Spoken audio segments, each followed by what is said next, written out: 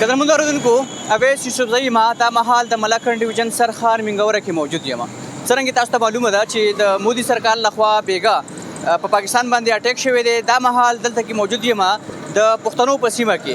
پښتانه څه جذبه لري هندوستان ته او مودي سرکار ته، هغوی څه میسج ورکوي، د خلکو رای د خلکو جذبات پورو زموږ سره اوسئ. انډیا ته څه میسج ورکول؟ موږ به دا وایو چې خدای دې تباه برباد کړي چې د مسلمانانو قلال شي چې دی ولې دا ظلمونه پرې کوي. که پاکستان ته د جنگ ضرورت راغی ستاسو ګیره سپینه د جذبه بدله انشاءالله دا ټولو نه مخکې که خیر وي. زموږ هسې وخت ختم دی.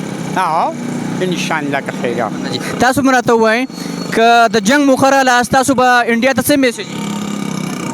زه ستاسو ډېر شکرګزار یم چې تاسو زموږ نه په دې موضوع باندې سوال وکړو او زه دا خبره کوم انډیا ته چې دغې نه عبرت والي لکه په دې مخکې ورځو کې د عمران خان په دور کې چې کوم د دفاع اټراک و هغو والا په 15 منټه کې بوټ کړی سره د جازه او بیا د یو چې په پیالې باندې لکه مطلب دا دی د انډیا ته لاړ نو دې ازمیلی ازمي. زه ورته دا وایم چې مودي د دې خپل خوی نه قلار شه. د فلسطین کې ستا لاس دی، په امریکا په فلسطین سره لاس دی او دا پاکستان ټچ کول چې دي دا ځان ته اور ورسته کول دي. نو چې سبا بیا ستاسو دغه ځای زموږ مسلمانان دي هغه هم خرابېږي او تاسو هم خرابېږئ. نو زه دا خبره درک کړم. حاجي صاحب تاسو بیګا به خبرې چې پاکستان باندې اٹیک شوی دی انډیا لخوا مودي سرکار لخوا، تاسو به هغې ته څه میسج ورکول غواړئ؟ مضبوط جواب ورکوو چې یاره دوی بیا آینده لپاره یاد ساتي.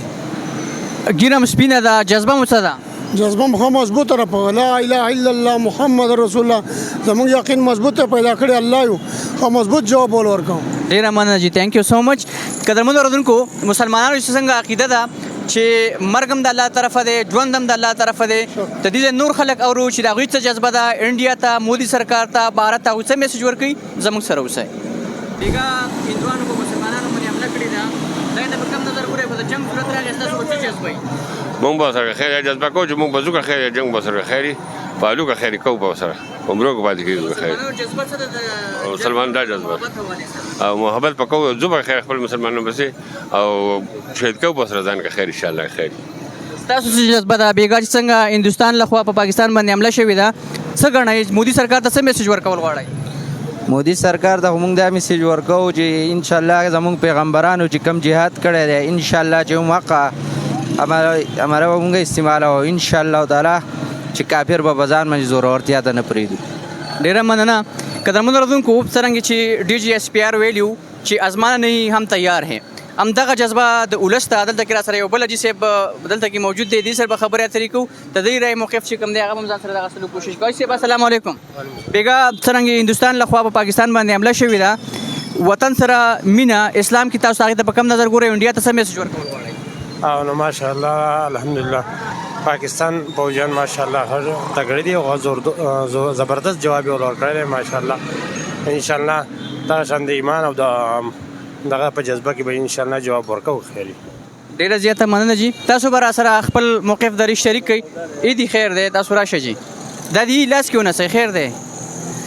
څرنګه چې بیګا هندوستان لخوا په پاکستان باندې حمله شوې ده، که د جنگ موقع راشي ستاسو به څه جذبه د هندوستان خلاف؟ چې نریندر مودي وګونه کولاو کو دا आवाज واوره چې پاکستان به د هر قسم جاریت مورتور جواب ورکوي. نو انشاءالله زموږ دا وسم د موجوده حکومت نه دا درخواست دی ته چې دغسې جوابي کاروایي وکړي څنګه چې ابینندن نه موږ ورکړې وه. ډېره زیاته مننه جي، تھینک یو سو مچ. قدرمنو اورېدونکو دا مهال زه د منګورې په ښار کې موجود وم. څرنګه تاسو ته معلومه ده چې هر سړی چې کوم دی هغه خپل د وطن سره، خپل د ملک سره، خپل د هیواد سره مینه لري. همدغه رنګې د دې ځای اوسېدونکي خلک چې کوم دی هغه هم خپل د وطن سره مینه لري. د هغوی جذبه هم تاسو واورېدله، د هغوی اواز هم تاسو واورېدله. او هر ټایم چې د پاکستان ته زموږ ضرورت راغلل، که د وینو ضرورت راغلل، که د مال ضرورت راغلل، نو دغه ټول ولس چې کوم دی هغه به شریکي. د هغه که د هر دشمن خلافي، که هغه د هندوستاني او که هغه ګاونډي نور ملکونه، نو پاکستان چې د پاکستان ولس چې کوم دی همیشه د پاکستان ډیفنس دپاره، د پاکستان د دفاع دپاره، د پاکستان د سرخ دپاره، د پاکستان د عزت دپاره چې کوم دی هغه به تیاري. هر ټایم چې کوم دی موږ د دشمن مقابلې ته تیار یو. انشاءالله پر روانو خپرونو کې بیا تاسو ملاقات کړي. تر دغه ټایمه پورې خپل کور به اویس یوسف ته اجازت ورکوئ. د لوی الله په امان.